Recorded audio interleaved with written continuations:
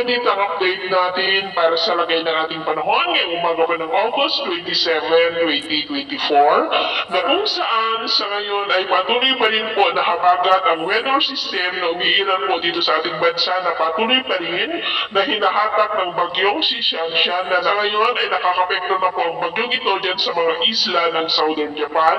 Hanggang weekend ay posibleng nandyan po sa may Japan ang bagyong yan at ang habagat naman ay patuloy rin ang pag-iral dito sa ating bansa hanggang po sa may weekend. Sa ating pong long range forecast ay consistent pa rin naman po na walang bagyo na namamataan na tatawid po dito sa ating kalupaan ngayong buwan ng Agosto. Pero sa susunod na buwan ay may mga namamataan na posibleng banta ng mga bagyo na lalapit dito sa ating bansa at ang development ng mga ito ang ating babantayan kung matutuloy po o hindi.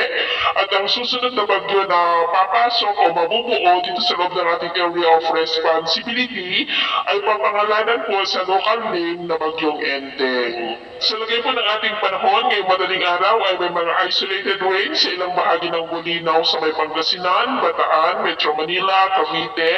Laguna, Rizal, Southern Quezon, Mimaropa, ilang bahagi ng Bicol Region, Panay Island,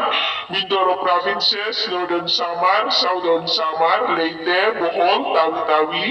Northern Mindanao, Zamboanga del Sur, Lanao del Norte, ilang bahagi ng Sorsogon, Caraga at Davao.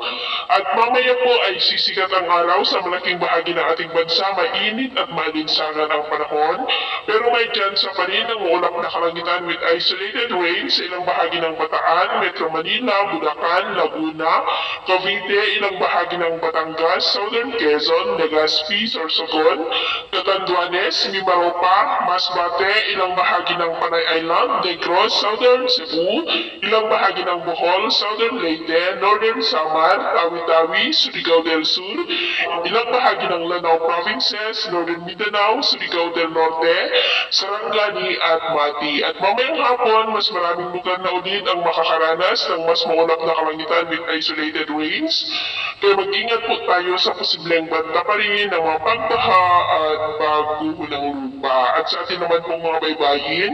wala naman po tayong nakatas na namang gale warning signals, pero iba yung pag-ingat lamang po kung papalaot tayo para po mas makaiwas sa mga sakunang pang-irigatan.